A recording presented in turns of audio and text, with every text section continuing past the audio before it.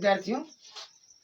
तो अभी पिछले जो आप लोगों को 10th में पढ़ाया गया, तो उसमें हमने एक बार चर्चा कर दी थी कि जब तक हम पार्ट्स ऑफ स्पीच नहीं तैयार करते तब तक हमारा 10th अधूरा रहता है। तो अब मतलब हमारे भाइयों ने विद्यार्थियों ने ये मतलब कमेंट करके बताया कि सर जी ग्रामर के बारे में कुछ आप लोग पढ़ाइए, क्योंकि ट्रांसलेशन तभी स्ट्रांग होगा जब हम लोग ग्रामर पढ़ाएंगे। तो आइए आज हम लोग चर्चा करते हैं ग्रामर के ऊपर। देखिए, सबसे पहले आप देखिएगा, मैंने देखा है कि छोटे छोटे बच्चों को भी और वैसे भी कभी कभी तो हमारे यानी कि बंधु भी क्या करते हैं कि ये मतलब क्या होता है, इसकी स्पेलिंग गड़बड़ कर देते हैं। तो स्पेलिंग में ध्यान दिएगा। या हम लोग बच्चे क्या करते हैं, जो जहाँ AR लिखा गया है वहीं पर वो क्या बोलते हैं, ER बोलते हैं। कुछ बच्चे यहाँ गलती कर देते हैं और कुछ बच्चे यहाँ गलती करते हैं कि जो आपका डबल एम लिखा है तो सिंगल एम बोलते हैं। इसलिए आप लोगों से निवेदन है कि इसकी ग्रामर की स्पेलिंग सबसे पहले आप ध्यान दीजिएगा, क्योंकि जब बताया गया जब स्टार्टिंग में ही खराब होता है तो हम लोग आगे चल करके हम लोग गड़बड़ ही करते हैं।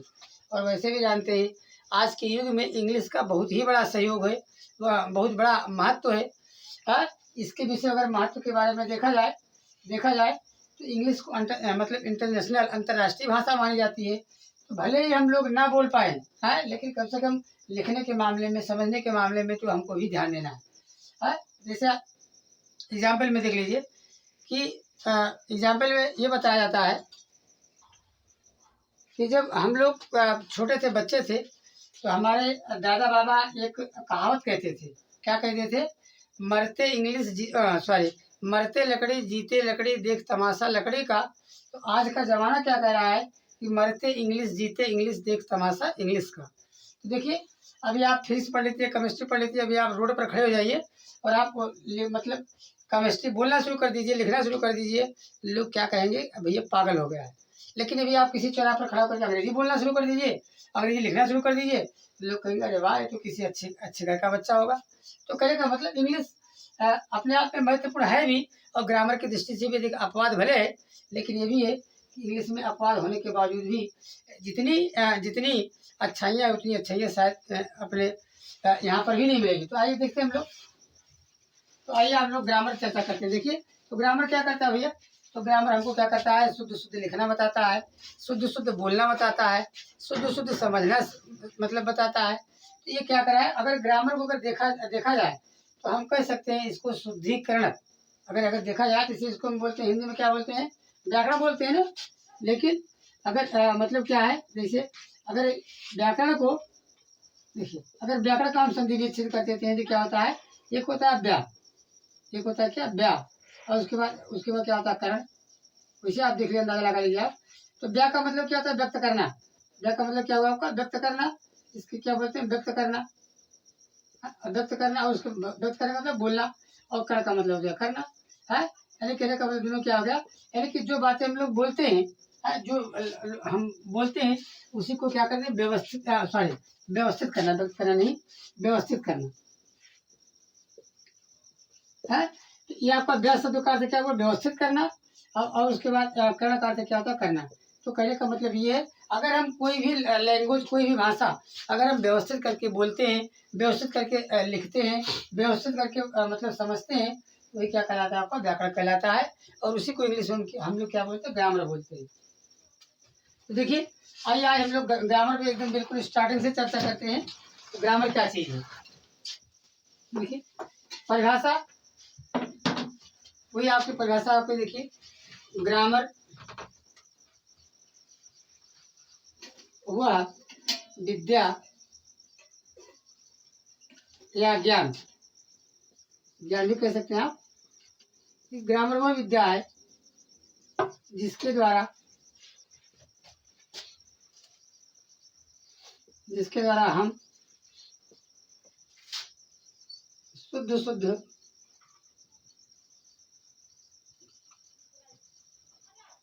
शुद्ध पढ़ना, लिखना, उसके बाद क्या था आपका? पढ़ना, लिखना, समझना, बोलना, आज सीखते हैं, आज सीखते हैं, उसे हम ग्रामर कहते हैं।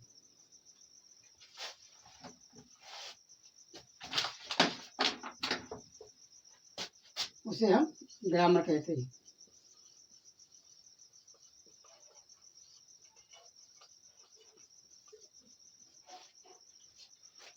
देखिएगा, परिभाषा देख लीजिएगा। यानी कहने का मतलब हमको क्या होता है, हमको मेन चीज़ आपका पढ़ना है। पढ़ना अगर शुद्ध से व्यवस्थित करके पढ़ते हैं, शुद्ध शुद्ध पढ़ते हैं, तो लोग हमारी तारीफ करते हैं। अगर हम लिखते हैं, क्रम वाइज लिखते हैं, व्यवस्थित करके लिखते हैं, सब लोग हमारी क्या करते हैं, प्रशंसा करते हैं। ठीक उसी प्रकार और समझने के बाद में अगर हम लोग किसी को अगर क्रमबद्ध समझते हैं तो हमारे दिमाग में सेट हो जाता है। अगर हम मतलब क्रमबद्ध नहीं मतलब क्रमबद्ध नहीं समझते तो हम लोग क्या करते हैं, भूल जाते हैं। तो यही ग्रामर यही सिखाता है हमको। हम क्या करते हैं, ग्रामर यही बताता है कि हम जिसके द्वारा हम क्या करते हैं, यानी कि अपने ज्ञान में शुद्धता लाते हैं, तो उसे हम क्या बोलते हैं, ग्रामर कहते हैं। अब देखिए, इसी ग्रामर के अगर भेद के बारे में लिखा जाए, क्या लिखेंगे आप, kinds of grammar, kinds of grammar. देख रहिएगा, इसके 5 भेद होते हैं। 5 भेद होते हैं। नंबर 1 आपका आता है ऑर्थोग्राफी, ORTHOGRAPHY,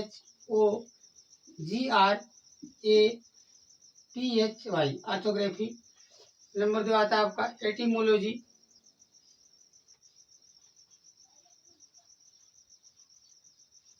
उसके बाद तीसरा आता है आपका सिंटैक्स, SYNTAX। और चौथा आपका पंक्चुएशन, PUNCTUATION, पंक्चुएशन। और लास्ट में आपका क्या आता है, प्रोसोडी, प्रोसोडी। अगर आप लोग हिंदी भी इसकी जानना चाहते हैं तो आप हिंदी भी लिख लीजिए। ऑर्थोग्राफी को बोलते हैं वर्ड विचार, और इसको क्या बोलते हैं, एटिमोलॉजी। मैं कह रहे कि इसको क्या बोलते हैं हम लोग, शब्द विचार। और उसके बाद तीसरा आपको क्या बोलते हैं, सिंटैक्स, इसको क्या बोलते हैं, वाक्य विचार, वाक्य विचार। इसको हम क्या बोलते हैं, चिन्ह विचार। और इसको क्या बोलते हैं, छंद विचार।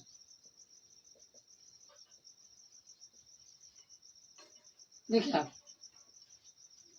तो यही आपको क्या है, जहाँ तक मेरा विश्वास है, अगर हम इन मतलब इंग्लिश के ग्रामर में इन्हीं हम 5 चीज़ के बारे में पूर्णतः अध्ययन कर ले। वैसे तो आपको पता है कि जिस प्रकार हमारी इच्छाएं अनंत होती हैं, वैसे ज्ञान भी क्या होता है, आपका अनंत होता है।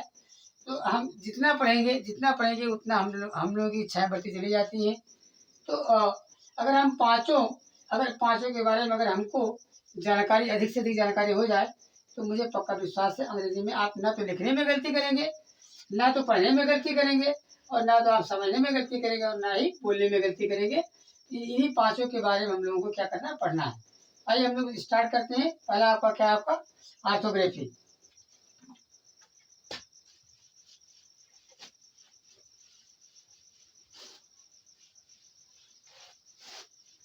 तो 5 में से पहला क्या आपका, नंबर 1 क्या आपका ऑर्थोग्राफी, ORTHOGRAPHY,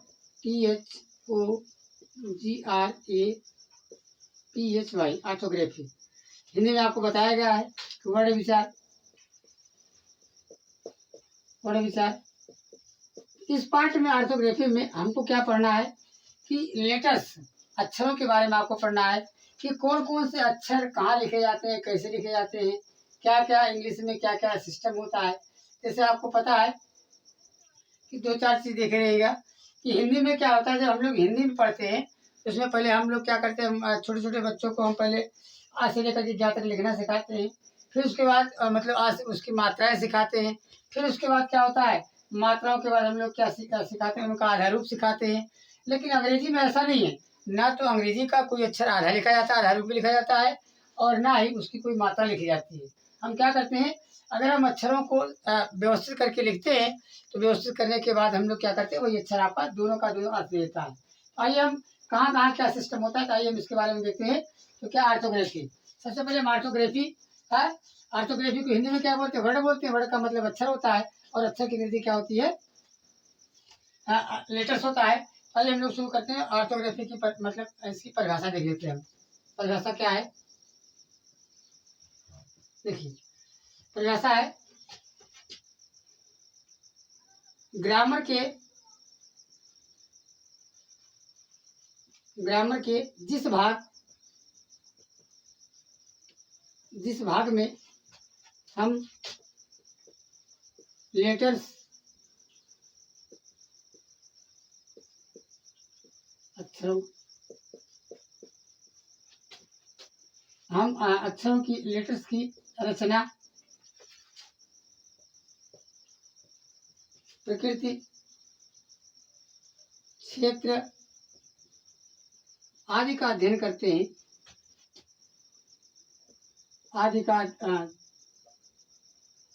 करते हैं, उसे ऑर्थोग्राफी कहा जाता है। ऑर्थोग्राफी कहा जाता है।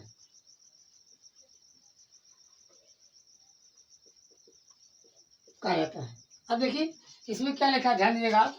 इसमें दिया गया पूरे मतलब इसमें पूरा आपको टोटल इन अक्षरों के बारे में आपको पढ़ना है। अक्षरों की प्रकृति क्या होता है, इसका विस्तार कहाँ से कहाँ तक होता है, ये अक्षर लिखे कैसे जाते हैं।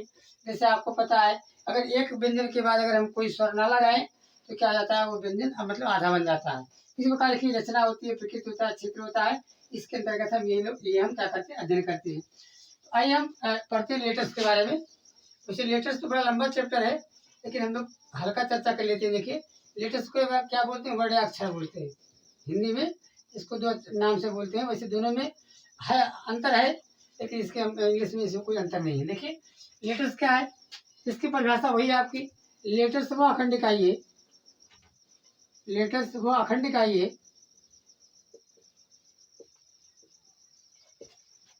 इकाई है जिसके हम टुकड़े नहीं कर सकते हैं, जिसके हम टुकड़े या भाग नहीं कर सकते हैं,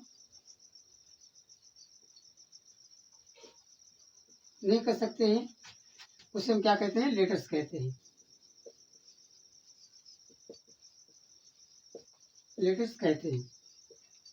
एग्जाम्पल में देख लीजिए आप। जैसे लिखा आपका लेटर्स क्या, आपका ए है, बी है, सी है, डी है, उसके बाद क्या आता है, जेड है। ये हमारे क्या है, ये आपके देखिए मतलब आपके लेटर्स के मतलब ये है आपके। इसके बाद नोट थोड़ा लिख लीजिएगा आप, नोट लिखिए इसके बारे में। इंग्लिश में कुल 26 अक्षर होते हैं। 26 अक्षर होते हैं। 26 अक्षर होते हैं। अगर आपको ये ना याद हो तो उसकी एक हम ट्रिक बताते हैं आपको। हाँ, इसकी आप याद रखिएगा। जैसे आप इसकी ट्रिक क्या है, आप लोगों ने देखा है, जैसे हम लोग हिंदी के बारे में जानते हैं। हिंदी में कुल कितने अक्षर होते हैं, 52। हिंदी में कितने होते हैं, 52। अब तुम्हारे कट गया है, 49 हो गए हैं, लेकिन अब देखिए हिंदी में कितने, 52। अब 52 का आप आधा कर दीजिए आप, तो मतलब इसका आधा कर देंगे तो क्या बन जाता है, मतलब इंग्लिश का बन जाता है। इंग्लिश में बन जाता है कितना आपका, 26 बन जाता है। यानी कि इसका आधा क्या बन गया आपका, इंग्लिश का बन गया। और इसका भी अगर हम आधा कर देते हैं, इसका आधा करते हैं, क्या बन जाता है, चीन की वर्णमाला बन जाती है। क्या बनती है, चीन की वर्णमाला में कितना होता है, 13। तो कहने का मतलब हिंदी की वर्णमाला में आपके 52 अक्षर, इंग्लिश की वर्णमाला में आपके 26 अक्षर, और चीन की वर्णमाला में कितने होते हैं, 13 अक्षर होते हैं। अगर इस प्रकार क्रम से करेंगे तो आप भूलेंगे नहीं। देखिए दूसरा नोट्स देखेंगे आप, इंग्लिश के अक्षर, इंग्लिश में मात्राएं आधारूप नहीं होती। ध्यान दीजिएगा। तीसरा नोट्स क्या है, इंग्लिश के अक्षर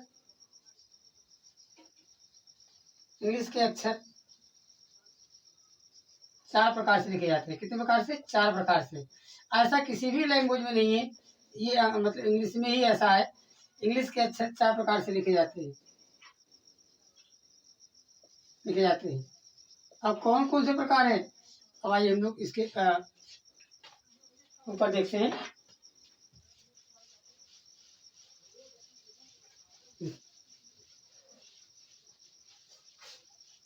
देखिए नंबर 1, 4 प्रकार के कौन कौन से हैं। नंबर 1 आपका क्या है, नंबर 1 बोलते हैं आपको capital letter, printing of capital letter, printing of capital letter.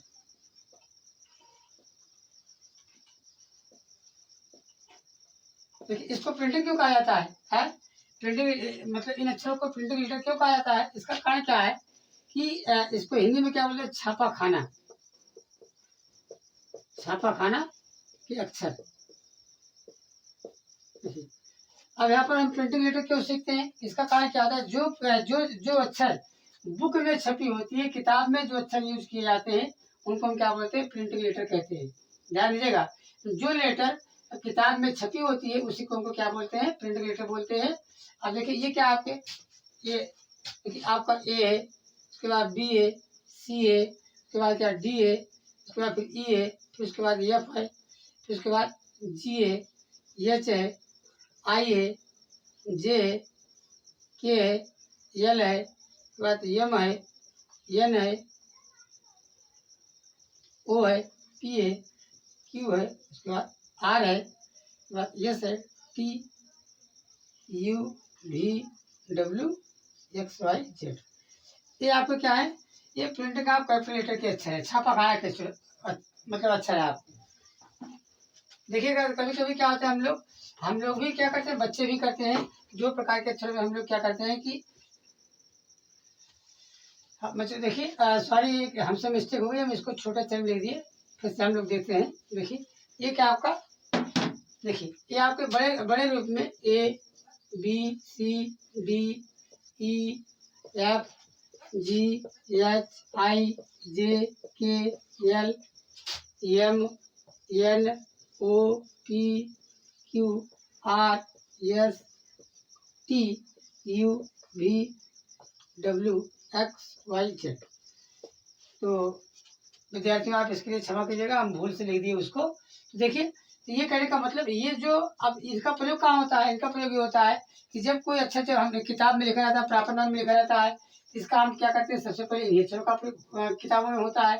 या मतलब जब अंग्रेजी का हम क्या करते हैं, कोई शॉर्ट नेम लिखते हैं तो इनका प्रयोग किया जाता है किताब में। और उसके बाद क्या करते हैं कि जब हम अंग्रेजी को लिखना स्टार्ट करते हैं किताब में, तो क्या करते हैं, इन्हीं अक्षरों का प्रयोग करते हैं। ये आपका पहला क्या आपका प्रिंटिंग ऑफ कैपिटल। दूसरा आपका क्या आता है, printing of small letter, printing of small letter. देखिए वही चीज़ देखिए आप यहाँ पर क्या है, अब देख रहिएगा हिंदी में ऐसा नहीं होता, केवल इंग्लिश में ऐसा होता है। ये बार छोटे से लिखिए, एक बार बड़े से लिखिए। क्यों लिखे, क्योंकि इंग्लिश में इसका भी बड़ा महत्व है, कहाँ कहाँ बड़े अक्षरों का प्रयोग करें उसका अर्थ क्या होगा, और छोटे अक्षरों का प्रयोग करें उसका क्या अर्थ होता है। एक एग्जाम्पल देख लेते हैं हम लोग। देखिए जैसे इसका महत्व देखिएगा, इसे लिखा आपका WHO और लिखा है WHO, देख रहिएगा। यानी कि कैपिटल और स्मॉल लिखने में इंग्लिश में महत्व क्या होता है। अब देखिए यहाँ पर लिखा है, इसका WHO का मतलब क्या पढ़ेंगे हम, हु पढ़ेंगे, हु। इसकी मीनिंग क्या होती है, कौन होती है। लेकिन अब इसी चीज को हम पढ़ेंगे, इसको क्या बोलेंगे हम, वर्ल्ड हेल्थ, उसके बाद क्या बोलते हैं, ऑर्गेनाइजेशन। तो देखिए कहने का मतलब ये कि यहाँ पर मतलब ये कैपिटल और स्मॉल लिखने का देखिए इंग्लिश में कितना बड़ा महत्व है। WHO लिखते हैं, क्या मतलब क्या था, हु होता है, और हु का मतलब क्या था, कौन होता है। अब यहाँ पर लिखा WHO लिखा है, यहाँ पर सब कैपिटल लेटर लिखे गए हैं, इसका मतलब क्या हो गया, वर्ल्ड हेल्थ ऑर्गेनाइजेशन हो गया, विश्व संगठन। तो कहेगा ये इसका महत्व है। इसलिए उसके बाद देखिए, तो आप स्मॉल लेटर के बारे में देखते हैं। जैसे आपका ऊपर लिखा गया है कैपिटल लेटर, उसी प्रकार आपका क्या आपका ये स्मॉल लेटर भी आपके लिखे जाते हैं। हम लोग क्या करते हैं बच्चों, हम लोग ये करते हैं कि हम लोग गलती कर देते हैं, जो लिखने वाला अक्षर है और उसके बाद जो छपा हुआ लेटर है, दोनों में मिक्सचर कर देते हैं। जैसे देखिए A B C D E F G H I J K L M N O P Q R S T U V W X Y Z। ये आपको क्या भैया ट्रेंडिंग नाम स्मॉल लेटर के हैं। हाँ, अब देखिए जब भी किताब में आप देख लीजिएगा कि किताब में देखिए एक चीज ध्यान रखिएगा, हर किताब में अलग अलग प्रकार मतलब किताबों में अलग अलग से ABCD लिखते हैं, लेकिन आप देखिएगा आप मिला लीजिएगा कि ये जो हमने देखा है या जो आपके टेबल के पढ़ाई की किताब में टेबल की बुक में लिखा रहता है वो देख लीजिएगा। और उसके बाद जितनी भी किताबें आपकी लिखी, न्यूज़पेपर ले लीजिए आप या इंग्लिश की कोई बुक ले लीजिए, तो जो अक्षर आपके छपे हुए वही अक्षर इसके अंतर्गत आते हैं। ये मत समझिएगा कि हमारा सही है या दूसरे जो टेबल की किताब वो सही है। आप ये देख लीजिएगा, चाहे न्यूज़पेपर उठा लीजिए इंग्लिश का और चाहे आप इंग्लिश रीडर टेक्स्ट बुक ले लीजिएगा, जो अक्षर आपको लिखे गए वही अक्षर मतलब प्रिंटिंग आप स्मॉल लेटर में आते हैं। तीसरा आपका आता है रनिंग। आप इसको देखिए, चाहे आप रनिंग बोलिए या बोलिए आप इसको, या आप कह सकते हैं आप राइटिंग बोलते हैं, चाहे जो भी आप कहिए, दोनों में आपको लिखा जाता है। राइटिंग आप कैपिटल लेटर, कैपिटल लेटर, इसको क्या बोलते हैं भैया,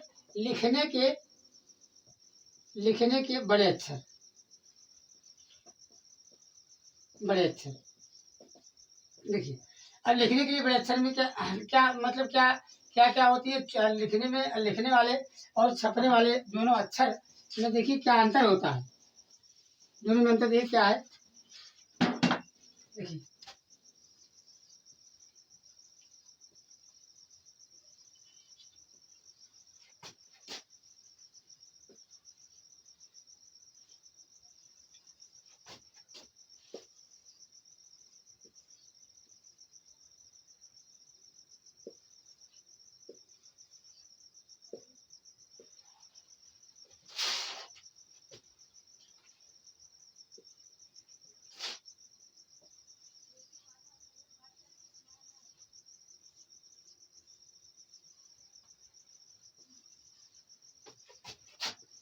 देख लीजिएगा, ये आपको क्या है, कौन सी लेटर है, लिखने के आपके क्या है, बड़े अक्षर है, MNOP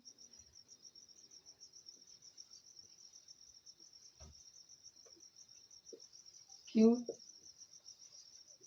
R S T U V W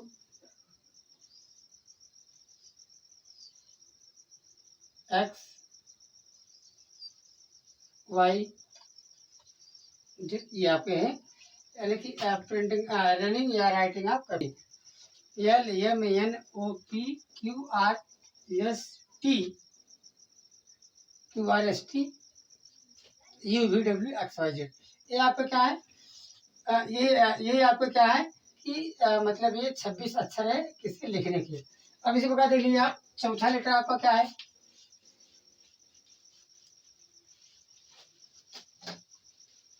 चौथा लेटर देखिए आप, चौथा आपका क्या है, रनिंग, रनिंग या क्या लिखते हैं हम, इसी को बोलते हैं क्या, राइटिंग भी ऊपर आपको बताया गया था, राइटिंग आप small letter.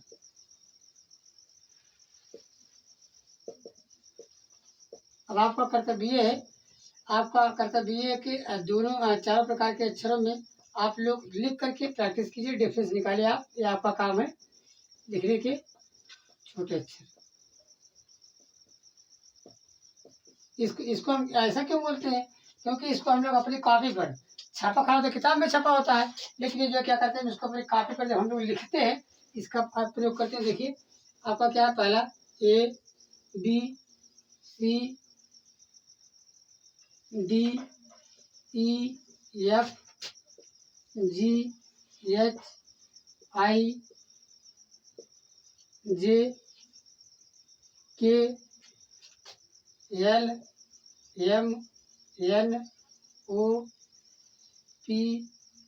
Q R S S T U V W X Y Z. ये आपको क्या है 26 है। गिन लीजिए आप 1 2 3 4 5 6 7 8 9 10 11 12 13 14 15 16 17 18 19 20 26 ये आपके है लिखने की। और इसके बारे में इसके बाद मतलब दूसरे पार्ट में हम अक्षरों के बारे में और क्या क्या रूल्स है, क्या क्या नियम है, अगले वीडियो में हम लोग आपसे मुलाकात होगी। तब तक के लिए आपको धन्यवाद।